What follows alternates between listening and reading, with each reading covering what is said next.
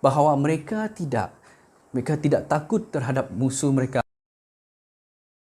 Dan selamat pagi kepada semua kita yang berada di Mets Miri dan juga kepada guru-guru dan pelajar-pelajar. Saya ingin mengucap syukur terlebih dahulu atas kesempatan di mana kita pada pagi ini dapat bertemu bersama, dan juga terima kasih bagi pihak Mets Miri kerana memberi kesempatan untuk mengkongsikan firman Tuhan untuk kita sama-sama pada pagi ini. Dan tidak membuang masa, mari kita sama-sama berdoa.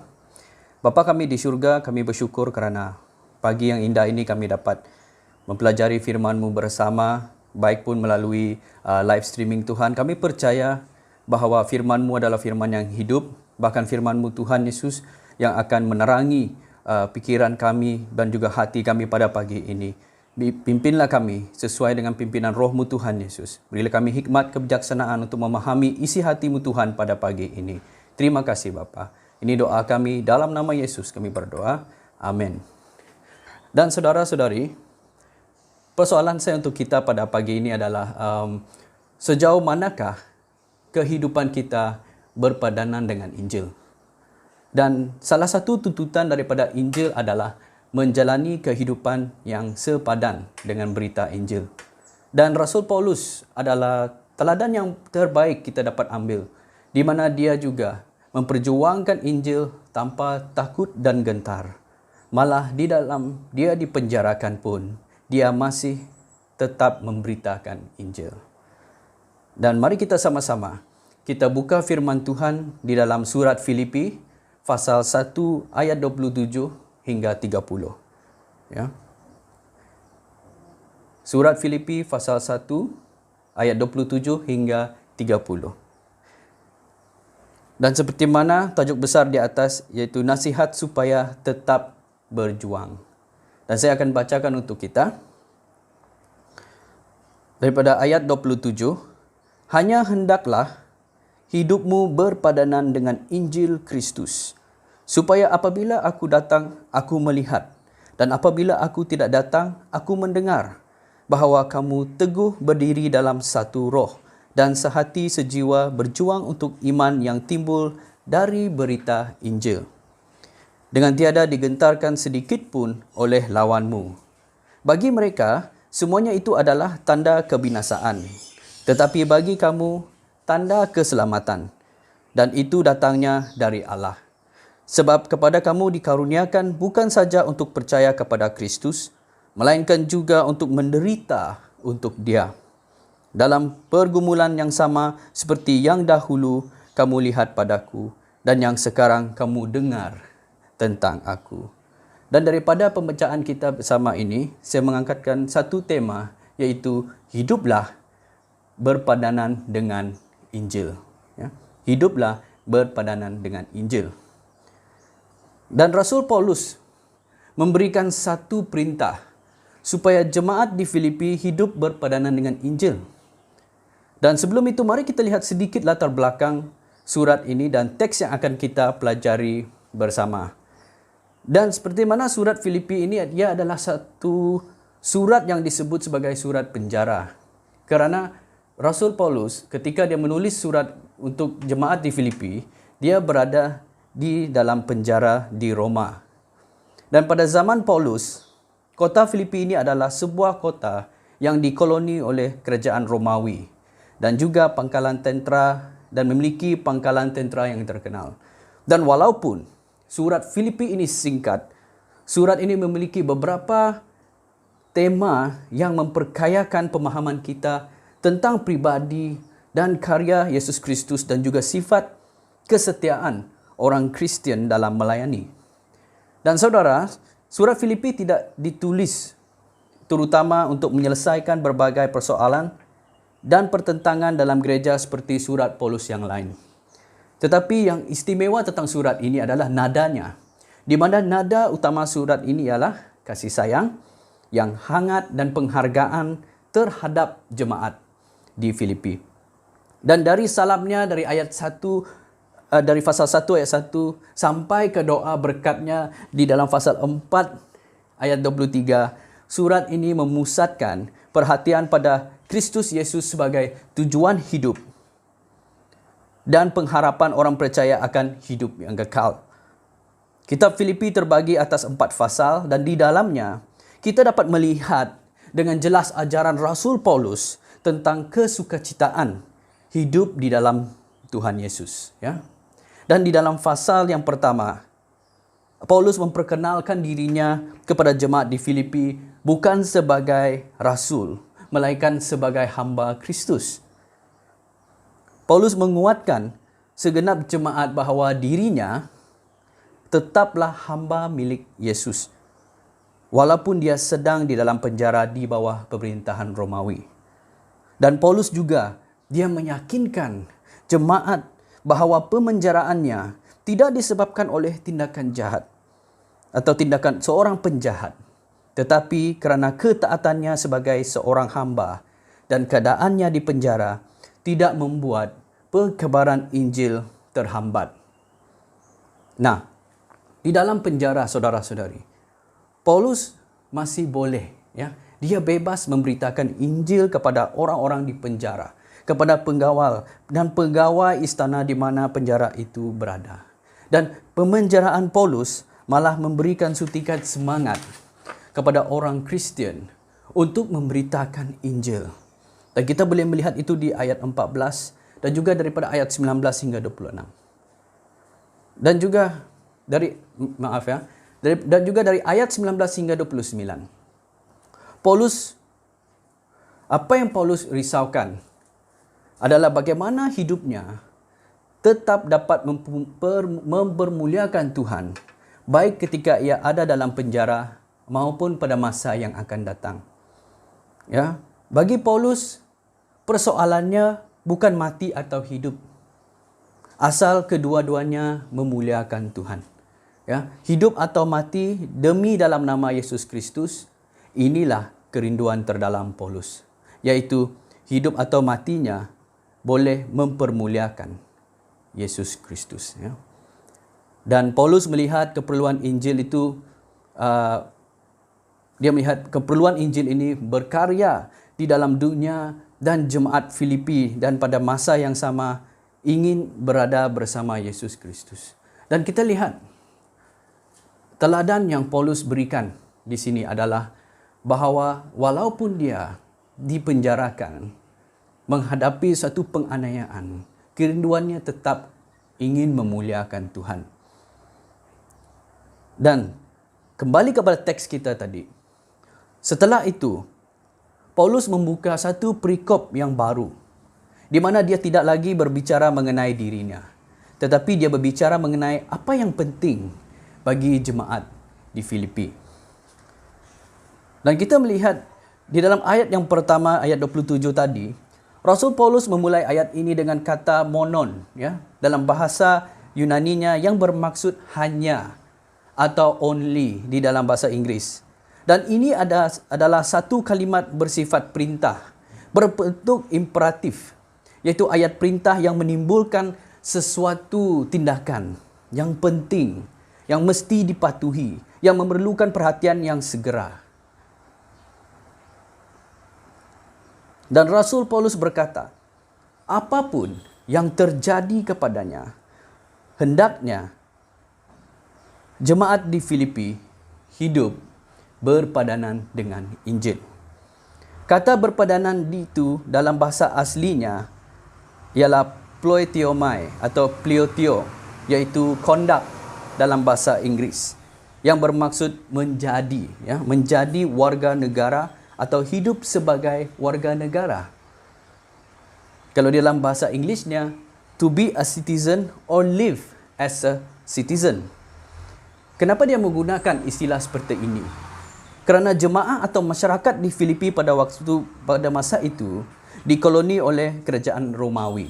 Jadi mereka memiliki hak istimewa kewarganegaraan Romawi yang luar biasa, dan semua keuntungan menyertainya. Plotiomai sebaiknya difahami sebagai rujukan pada kehidupan sebagai kewargaan surgawi. Ya. Sebagaimana gaya hidup seorang warga negara Romawi terlihat begitu beza dengan gaya hidup seorang budak, Demikian pula gaya hidup penerima Injil harus berlainan dengan gaya hidup orang lain yang menolak Injil. Dan Paulus mengingatkan mereka di sini tentang identitas mereka sebagai kewargaan dalam kerajaan Allah. Dan identitas mereka sebagai orang percaya.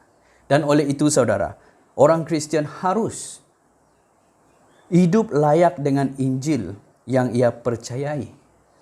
Bagaimana selayaknya orang Kristian di Filipi? Hidup sesuai apa yang dituntut oleh berita baik tentang Kristus? Hidup seperti apakah yang dimaksudkan di sini dengan berpadanan dengan Injil? Maksudnya, hidup berpadanan dengan Injil ini adalah kelakuan mereka seharusnya selaras dengan firman Tuhan, dengan Injilnya Kristus, ya. Menyesuaikan hidup mereka dengan Injil. Dan maksudnya juga hidup berpadanan dengan Injil ini adalah hidup mereka itu yang didasarkan pada Injil. Dan semangat yang terpancar dari Injil Kristus dan niat dan motivasi itu pelayanannya untuk Injil. Dan orang yang sudah dihidupkan melalui Injil sudah sepatutnya menghidupi Injil. Dan perbuatan mereka seharusnya mencerminkan Injil. Dan melalui topik kita pada pagi ini, hiduplah berpadanan dengan Injil. Di sini ada beberapa ciri kita dapat pelajari bersama mengenai hidup yang berpadanan dengan Injil. Dan ciri pertama yang kita lihat di sini adalah yang pertama, berdiri teguh dalam kesatuan. Berdiri teguh dalam kesatuan.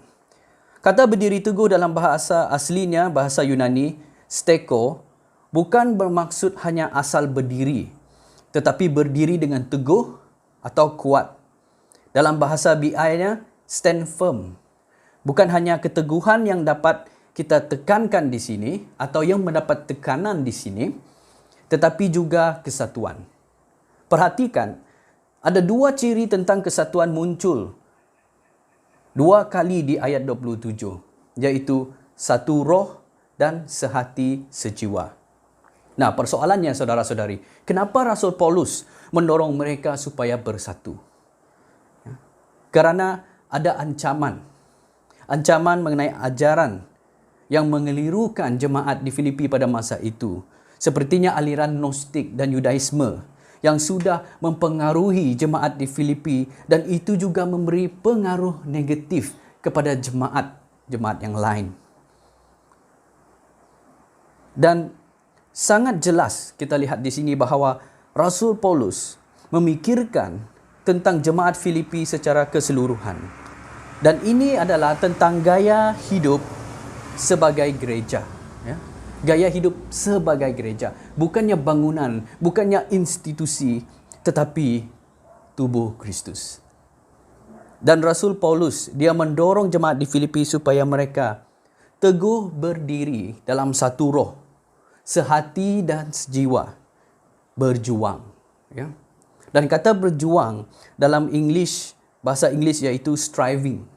Dan dalam bahasa Yunaninya iaitu sentelio, yang bererti bersama-sama.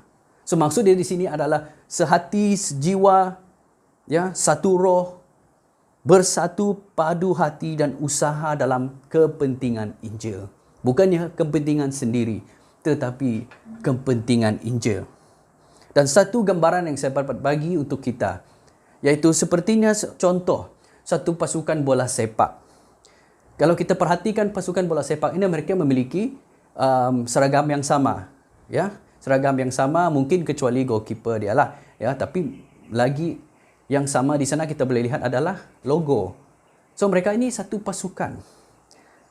Dan itu menunjukkan kesatuan. Dan di dalam satu pasukan ini, di dalam pasukan bola ada 11 pemain. Dan sehebat manapun, kalau pasukan ini memiliki pemain yang terbaik di dunia, tetapi kalau tidak ada kesatuan, lawan tim yang paling bawah pun mereka boleh kalah. Kerana apa? Sebab masing-masing mau cari nama. Dan masing-masing mau tunjuk skill. Tetapi hujung-hujung tidak lagi mengingatkan pasukannya. Dan apakah kita mempunyai satu pengertian atau hati yang sama dengan sesama kita? Dan kemungkinan kita ada ketidaksepakatan di antara satu sama yang lain. Jika hati dan jiwa kita bersatu bersama, majulah dan memperjuangkanlah itu. Dan jika ada perselisihan atau ketidaksepakatan atau ketidakfahaman, bertobatlah, ya, dan selesaikanlah itu dengan sesamamu. Kerana apa, saudara? Sebagai orang percaya, kita harus memiliki kesatuan, ya, steko, satu roh dan sehati sejiwa di dalam memperjuangkan Injil ini. Perjuangan itu harus dilakukan secara kebersamaan, bukan berseorangan. Pada saat berjuang bersama-sama, kesatuan harus ditekankan. Ya. Di dalam kita memperjuangkan Injil, kita harus seragam. Seperti Rasul Paulus katakan di dalam pasal 1 ayat 15 hingga 17, jangan ada yang mencoba mencari keuntungan pribadi dari pemberitaan tersebut. Dan pasal 2 ayat 14 hingga 16, sikap dalam pelayanan juga perlu diperhatikan. Ya, jangan melayani sambil berbantah-bantah dan bersungut-sungut sehingga kita tidak menjadi kesaksian bagi orang-orang luar. Dan mari saudara-saudari, seperti tentera yang terlatih, ya, berdampingan, bahu-membahu dan maju menentang musuh. Marilah kita bersama-sama berdiri teguh dalam kesatuan untuk memperjuangkan Injil bersama. Kita semua menyembah dan melayani Allah yang sama dalam Yesus Kristus. Dan ini bukan persatuan. Ini bukan hanya persatuan, tetapi persatuan untuk suatu tujuan, yaitu untuk memperjuangkan Injil. Nah, dan untuk kita hidup berpadanan dengan Injil itu, kita harus berdiri teguh dalam kesatuan kita, supaya kita tidak mudah digoyahkan, tidak mudah digentarkan, tetapi kita tetap kuat dan teguh. Dan seterusnya, di ayat seterusnya, perkara yang kedua.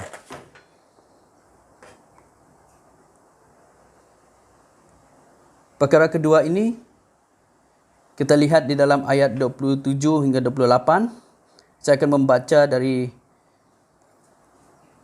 27D, ya. Bahawa kamu teguh berdiri dalam satu roh dan sehati sejiwa berjuang untuk iman yang timbul dari berita Injil, dengan tiada digentarkan sedikit pun oleh lawanmu. Ya.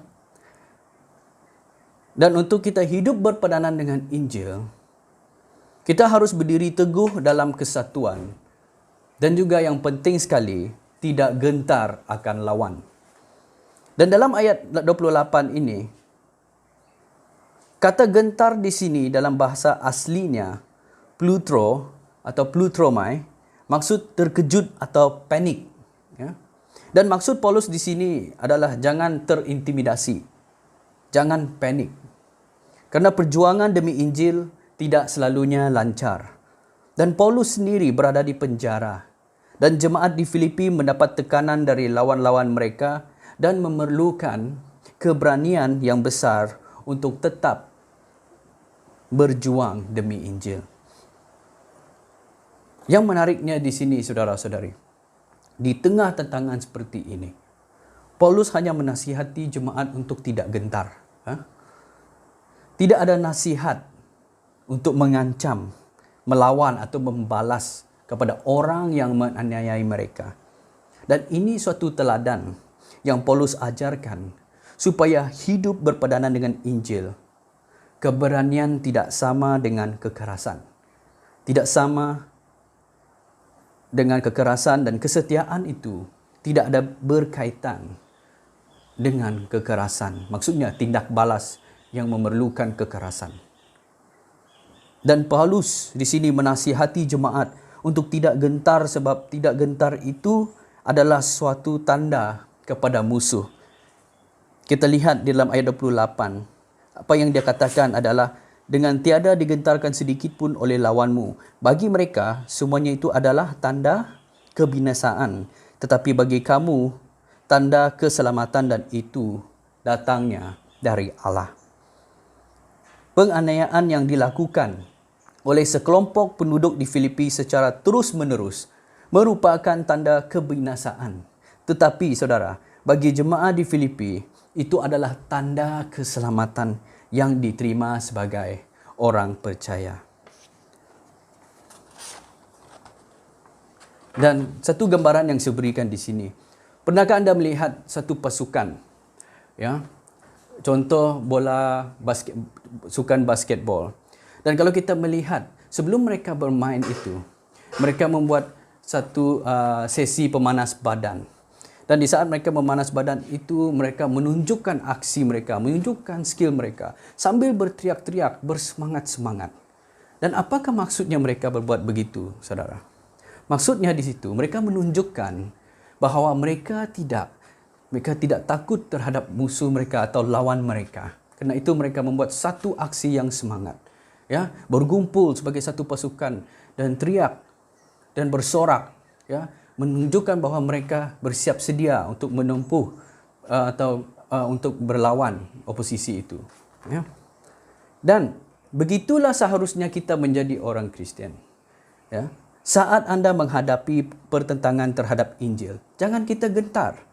Seperti firman Tuhan katakan, kalau ada oposisi yang ingin menganiaya kita, itu adalah tanda kebinasaan bagi mereka. Ya. Tetapi kita yang diselamatkan oleh Tuhan, orang-orang yang sudah diselamatkan melalui Injil, kita tidak perlu takut. Ya. Kerana itu adalah tanda keselamatan kita. Dan saudara-saudari, jangan kita takut. Dan jangan kita gentar pada orang yang menentang kita. Sebagai orang percaya, kita berada di pihak Allah, yaitu pihak pemenang. Dan semangat dan keberanian anda demi Injil merupakan tanda keselamatan. Dan seperti Paulus kata, ini datangnya dari Allah. Ya, jangan takut, jangan gentar. Karena ini adalah panggilan kita sebagai orang percaya. Ya, hiduplah berpenanan dengan Injil, dengan berdiri teguh di dalam kesatuan, dan jangan gentar, tidak gentar dengan lawan. Okay? Dan kita teruskan di dalam ayat, di dalam perkara yang ketiga, hiduplah berpadanan dengan Injil. Yang pertama tadi, tidak gentar akan lawan. Yang pertama tadi adalah berdiri teguh dalam kesatuan. Dan yang kedua, tidak gentar akan lawan. Dan yang ketiga, siap menderita bagi Kristus. Ya, siap menderita bagi Kristus. Dan dalam ayat 29 hingga 30, Rasul Paulus berkata, sebab kepada kamu dikaruniakan bukan saja untuk percaya kepada Kristus, melainkan juga untuk menderita untuk Dia. Dalam pergumulan yang sama seperti yang dahulu kamu lihat padaku dan yang sekarang kamu dengar tentang aku. Menderita dalam pelayanan Injil ini adalah wajar. Ya? Penderitaan bagi Kristus itu adalah karunia. Kata dikaruniakan, kalau dalam bahasa aslinya, bahasa Yunani dia adalah charizomai, yang bermaksud diberikan. Kalau dalam bahasa Inggeris atau di dalam translasi ESV, iaitu granted. Dalam KJV, given. Maksudnya diberikan dengan murah hati, ya, tanpa usaha apa daripada kita. Dan di mata Tuhan, penderitaan bagi Kristus adalah pemberian rahmat anugerah, sama seperti kita percaya kepada Yesus.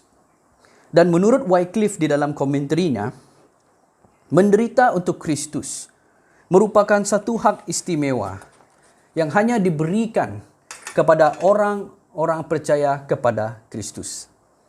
Nah, Nah, di dalam Matius pasal 5 ayat 11, Yesus berkata, berbahagialah kamu jika kerana aku kamu dicela dan dianiaya dan kepadamu difitnahkan segala yang jahat. Di ayat ini juga Yesus berkata kepada murid Yesusnya, supaya muridnya itu harus siap menerima dengan sukacita ketika dianiaya oleh sebab kebenaran. Ya. Dan kembali kepada teks kita.